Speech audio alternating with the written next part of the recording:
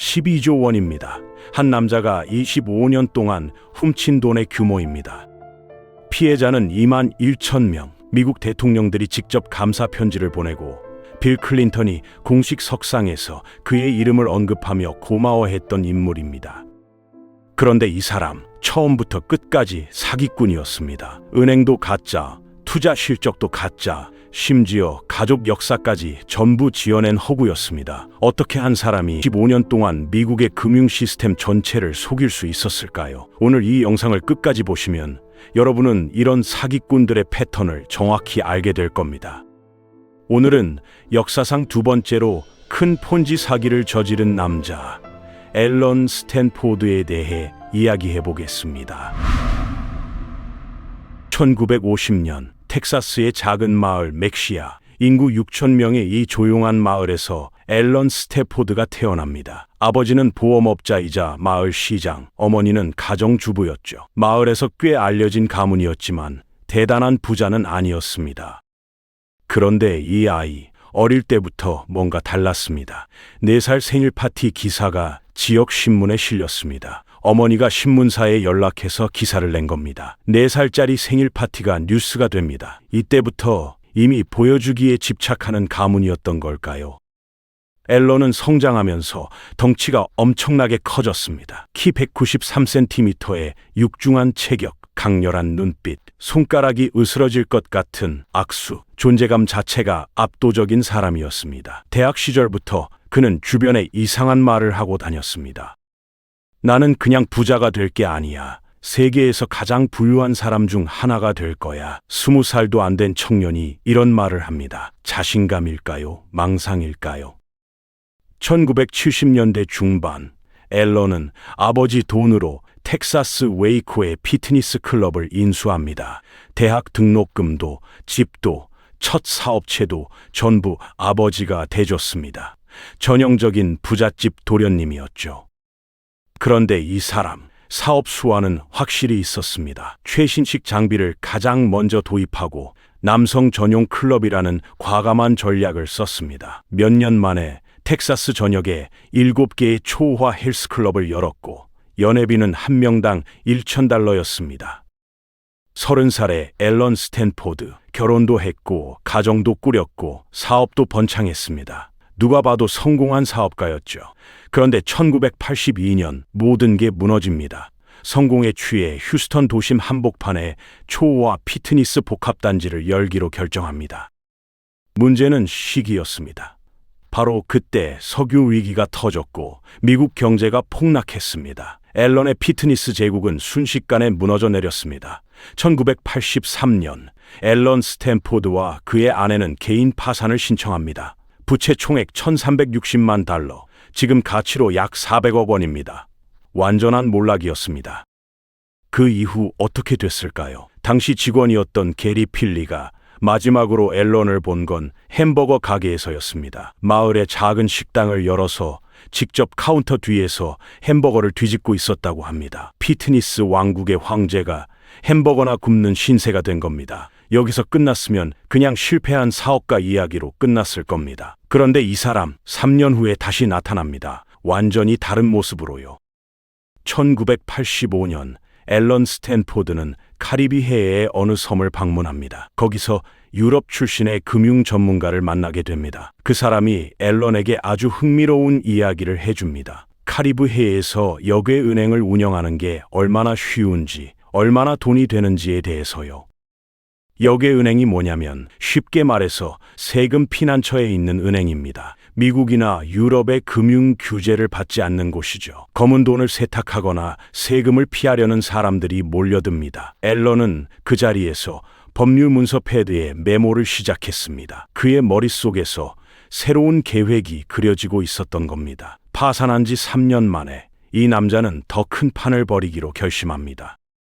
1986년 앨런 스탠포드는 카리브해의 몬세라트 섬에 도착합니다. 인구 1만 2천 명의 이 작은 섬에는 은행이 무려 300개나 있었습니다. 돈 세탁, 탈세, 금융범죄가 사실상 장려되는 곳이었죠. 앨런은 자신의 강점을 정확히 알고 있었습니다. 말빨이요. 그를 직접 만났던 레리 드 마리아의 증언입니다. 그는 정말 존재감이 넘치는 사람이었어요. 키 193cm의 큰 머리, 아주 사교적이고 목소리도 크고요. 그가 말재주가 있었냐고요? 물론이죠. 근데 금융시장에 대해 아는 척하는 건 그렇게 어렵지 않아요. 금융뉴스 좀 읽으면 똑똑해 보일 수 있습니다. 중요한 건 피해자들이 그 용어를 모른다는 거죠. 앨런은 가디언 인터내셔널 뱅크를 설립합니다. 그런데 이 은행의 이사진 구성이 황당합니다. 아버지 제임스 스탠포드, 전직 보험업자, 한 명은 변호사, 한 명은 판사, 그리고 한 명은 자동차 세일즈맨이었습니다. 금융 전문가는 단 한 명도 없었습니다. 이사회 의장인 아버지는 텍사스에서 아무것도 모른 채 살고 있었고요. 그냥 이름만 올린 허수아비였습니다. 여기서 한 사람이 합류합니다. 대학 동창 제임스 데이비스, 회계사였죠. 앨런은 금융에 대해 아는 게 없었기 때문에 장부를 관리할 사람이 필요했습니다. 데이비스는 처음에는 합법적인 은행이라고 믿었다고 합니다. 하지만 곧 진실을 알게 됩니다. 그리고도 떠나지 않았습니다. 앨런 스탠포드의 사기 수법은 100년 전에 발명된 폰지 스킴이었습니다. 투자자들에게 높은 수익률을 약속하고 실제로는 투자하지 않고 자기가 씁니다. 수익금은 새로운 투자자의 돈으로 이전 투자자에게 줍니다. 새 투자자가 계속 들어오는 한 사기는 계속됩니다. 하지만 2년 후인 1989년 문제가 생깁니다. 몬세라트 당국이 앨런 스탠포드가 과거 미국에서 파산 신청을 했다는 사실을 알게 됩니다. 은행 설립 시 신고하지 않았던 거죠. 앨런은 몬세라트에서 쫓겨납니다. 보통 사람이라면 여기서 포기했을 겁니다. 하지만 앨런 스탠포드는 달랐습니다. 몬세라트에서 바다를 바라보면 다른 섬이 보입니다. 앤티가입니다. 앤티가 바부다는 카리브해 북쪽에 있는 작은 섬나라입니다. 인구는 약 8만 명. 그리고 이 나라는 버드 가문이라는 한 가족이 지배하고 있었습니다. 무기 밀매와 코카인 밀수에 연루됐다는 의혹을 받는 가문이었죠. 그들은 아름다운 섬나라를 온갖 범죄자들의 피난처로 만들어 놓았습니다. 한 기자의 증언입니다. 어느 날 점심을 먹으러 갔는데 은행 사기로 미국에서 기소된 후 앤티가로 도망친 남자를 만났어요. 다음 날에는 미국 연방 교도소에서 복역했던 온라인 도박왕을 만났어요. 이틀 연속으로 미국 법을 피해 도망친 사람들과 마주친 겁니다. 작은 섬인데 화이트 칼라 범죄자 농도가 엄청나게 높았죠. 앨런 스탠포드에게는 완벽한 장소였습니다.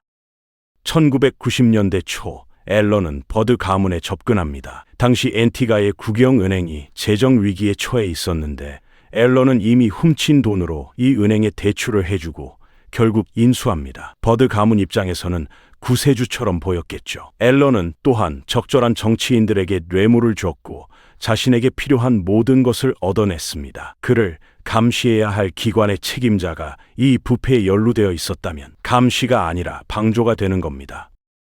1991년 앨런은 앤티가에 대리석 기둥이 늘어선 호화로운 본사 건물을 세웁니다. 스탠포드 인터내셔널 뱅크라는 이름을 달았죠. 할리우드 세트장 같았다고 합니다. 건물 정면은 화려하지만 뒤로 돌아가면 아무것도 없는 그런 곳이요. 화려한 세트장에는 그럴듯한 이야기가 필요합니다. 앨런 스탠포드는 상상력이 풍부했습니다. 그는 가짜 가족 역사를 만들어냅니다.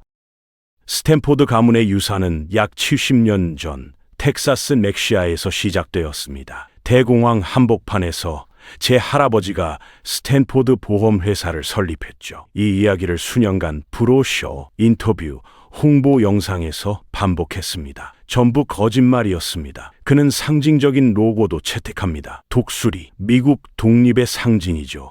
모든 사무실에 거대한 덱수리 조각상을 세웠습니다. 공격적인 미국 독수리, 당장이라도 덮칠 것 같은 그런 독수리요.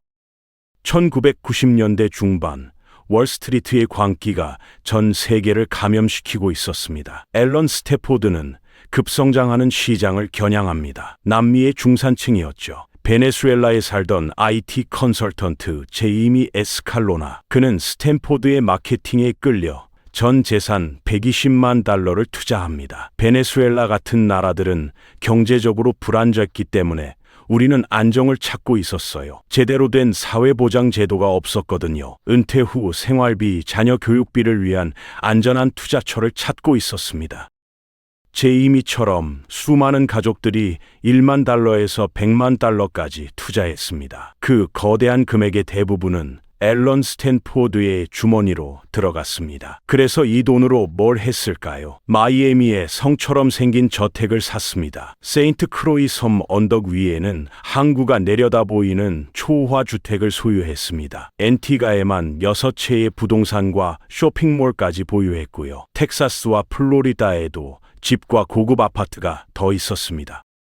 이 사람의 성격을 보여주는 일화가 있습니다. 앨런 스탠포드는 아주 멋진 요트를 가지고 있었습니다. 그런데 3미터만 더 길었으면 좋겠다고 생각했어요. 보통 사람이라면 3미터 더 긴 요트를 새로 사겠죠? 앨런은 요트를 확장했습니다. 기존 요트를 잘라서 3미터를 늘린 겁니다. 비용이 1억 달러가 넘게 들었습니다. 비행기도 7대를 소유했고 조종사, 하인, 수행원들이 항상 대기했습니다. 이 모든 게 투자자들의 돈이었습니다. 세기가 바뀔 무렵 앨런 스탠포드는 미국 당국의 방해를 한 번도 받지 않은 엄청난 부자 범죄자였습니다. 여기서 충격적인 사실이 있습니다. 텍사스 포트워스에 있는 미국 금융감독기관 SEC는 1997년부터 앨런 스탠포드의 금융 사기 혐의를 의심하고 있었습니다. 그의 활동을 지적하는 보고서가 이미 2건이나 작성됐었죠. 그런데 조사관들의 반복된 요청에도 불구하고 담당 책임자들은 수사 개시를 거부했습니다. 왜일까요? 포트워스 SEC 집행부서의 책임자는 스펜서 베러쉬라는 사람이었습니다. 그가 SEC를 떠나자마자 앨런 스탠포드가 그를 고용하려 했습니다. 한 번은 SEC의 허가도 없이 SEC 몰래 앨런 스탠포드를 만나 돈을 받고 서비스를 제공한 사실도 밝혀졌습니다. 월스트리트 기자 레리드 마리아의 말입니다. SEC에서 연봉 10만 달러를 받고 있는데 조사 대상자가 25만 달러를 제안하면 어떻게 하겠어요? 이런 일은 항상 있었습니다. 이 허술함 덕분에 사기는 엄청난 규모로 성장할 수 있었습니다. 2000년에서 2001년 사이 스탠포드 인터내셔널 뱅크는 역사상 처음으로 총자산 10억 달러를 돌파했습니다. 앨런 스탠포드의 성격은 점점 더 이해하기 어려워졌습니다. 그는 명백히 사실이 아닌 것들을 스스로 믿기 시작했습니다. 어쩌면 스탠포드 대학교 설립자와 친척이라고 진짜 믿게 됐을 수도 있고 돈에 대한 천재라고 믿게 됐을 수도 있습니다. 처음에는 연기였지만 자신의 연기를 믿게 된 겁니다. 앤티가 섬에서 앨런 스탠포드는 자신의 영광을 위한 작은 왕국을 만들었습니다. 공항에 도착하면 모든 게 그의 것이었습니다. 항공사, 은행, 레스토랑, 금융기관, 심지어 전망대까지 사업체가 너무 많아서 정부 다음으로 앤티가에서 2번째로 많은 고용주였습니다. 900명이 넘는 노동자였죠. 그는 부동산을 소유했지만 사람들의 마음도 지배하고 싶어 했습니다. 자체 신문 앤티가 선을 만들어서 매주 자신을 찬양하는 기사를 실었습니다. 2006년에는 앤티가 정부로부터 기사 자기까지 받습니다. 그 이후로 자신을 앨런 스탠포드 경이라고 부르도록 요구했습니다. 사생활에서도 중세 영주처럼 행동했습니다. 아무도 자신을 거부할 수 없다는 걸 아는 강력한 군주처럼요. 한 번은 칵테일 파티에서 누군가가 오늘 좀 피곤해 보이시네요 라고 했습니다. 그가 대답했죠. 숙취해요. 어젯밤에 제트기 타고 포르토프랭스에 갔어요. 여자 꼬시러요. 거기 서 있던 모든 사람의 상사인 CEO가 대놓고 이런 말을 합니다. 전 부인들, 여자친구들, 여러 여자에게서 낳은 아이들, 그에게는 비밀이란 게 없었습니다. 2005년 그는 6,500만 달러를 주고 섬 하나를 삽니다. 앤티가 해안 바로 앞에 있는 자신만의 섬이었죠. 클럽과 요트 30척을 수용할 수 있는 마리나를 건설하려 했습니다. 앤티가 현지 신문은 정부가 나라를 운영하는지 앨런 스탠포드가 운영하는지 의문을 제기했습니다. 많은 사람들은 이 섬이 영국 식민지에서 스탠포드 식민지로 바뀌었다고 확신했습니다.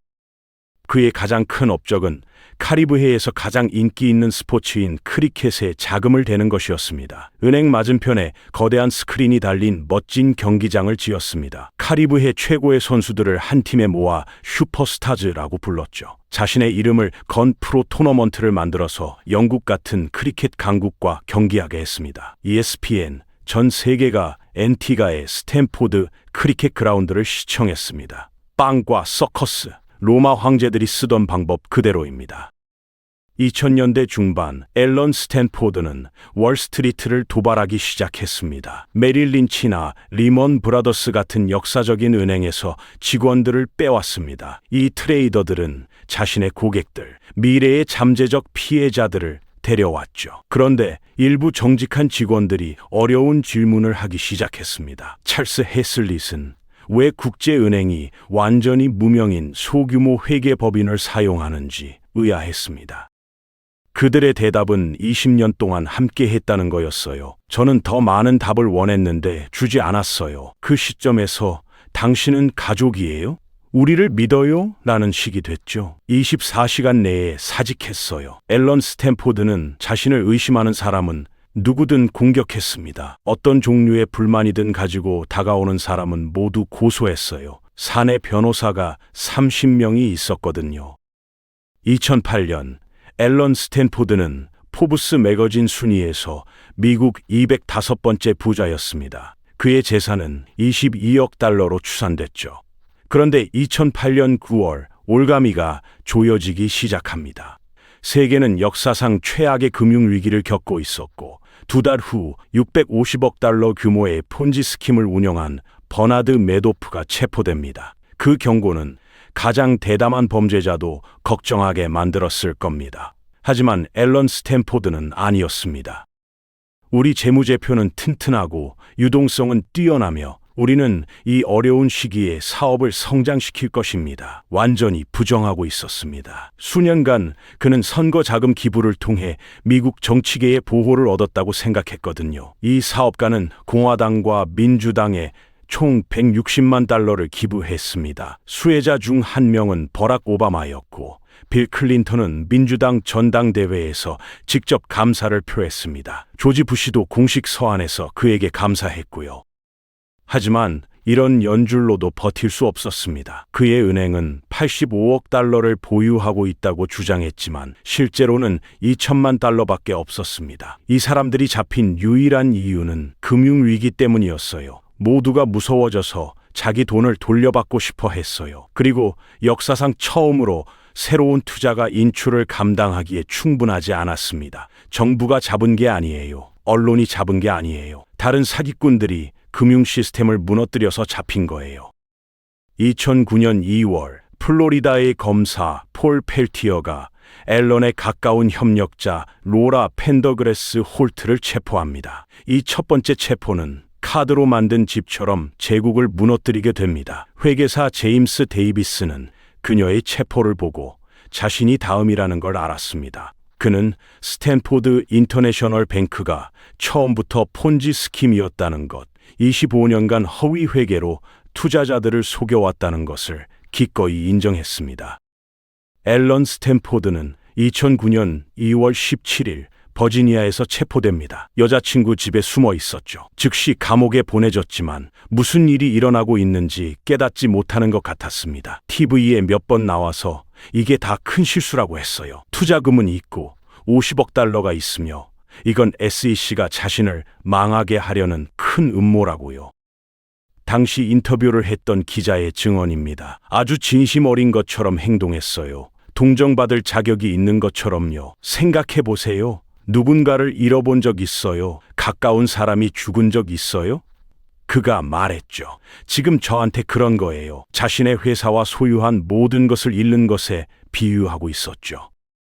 투자자들에게는 혼란이었습니다. 은행에 갔는데 수백 명이 줄 서 있었고 사람들은 울고 공황 상태였어요. 은행 안에서 폭동이 일어나는 것 같았어요. 감옥에서 앨런 스탠포드는 동료 수감자에게 잔인하게 폭행당했습니다. 화이트 칼라 범죄자리 받는 컨트리 클럽 대우를 받지 못했어요. 진짜 교도소 경험을 했죠. 재판은 2012년 휴스턴에서 시작됩니다. 7주 동안 앨런 스탠포드는 2만 1천 명의 피해자들에게 어떤 인간성도 보이지 않았습니다. 아주 비호감이었어요. 어떤 감정도 보이지 않았고 피해자들에게 사과하지 않았어요. 그게 가장 인상적이었죠. 2012년 5월 그는 110년 형을 선고받았습니다. 피해자들은 지금까지 손실된 1달러당 1센트만 돌려받았습니다. 제이미에게는 투자한 120만 달러 중 9만 9천 달러에 해당합니다. 감상적이지 않으려 해요. 사람들이 죽고 절망적인 사람들이 도움을 요청하는 편지를 받기가 정말 힘들거든요. 음식이 없거나 수술비를 낼 돈이 없어서요. 남편이 죽었어요. 심장마비가 왔어요. 50년간 열심히 일해서 모은 모든 걸 잃은 걸 감당하지 못했어요. 검사 폴 펠티어의 말입니다. 나쁜 사람들을 감옥에 넣을 수 있었지만 피해자들을 위한 돈 회수를 끝내지 못했어요. 그게 지금도 괴로워요. 앨런 스탠포드는 현재 74세이고 플로리다의 교도소에서 생을 마감할 것입니다. 버니 매도프의 그림자에 가려져서 충분한 관심을 받지 못한 이야기예요. 진짜 미국의 비극이에요. 피해자가 너무 많고 너무 많은 사람들을 나쁜 상황에 빠뜨렸어요. 그리고 미국 정부는 감시를 정말 형편없이 했어요.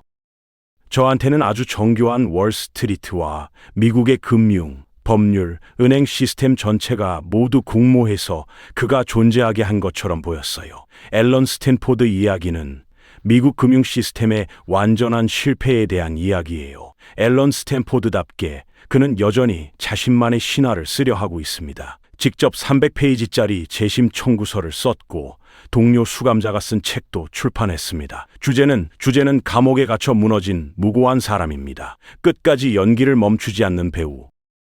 여러분, 이 사건에서 가장 무서운 건 뭔지 아세요? 25년 동안 이 사기가 유지됐다는 겁니다. SEC가 알고 있었는데도요. 미국 대통령들이 감사 편지를 보냈고 빌 클린턴이 공식 석상에서 이름을 불렀습니다. 시스템 전체가 실패한 겁니다. 다음에 누군가가 안전하고 수익률 좋은 투자를 제안하면 오늘 이 영상을 떠올려 주세요. 의심이 드는 순간 그 의심을 무시하지 마세요. 그게 여러분의 전 재산을 지키는 유일한 방법입니다.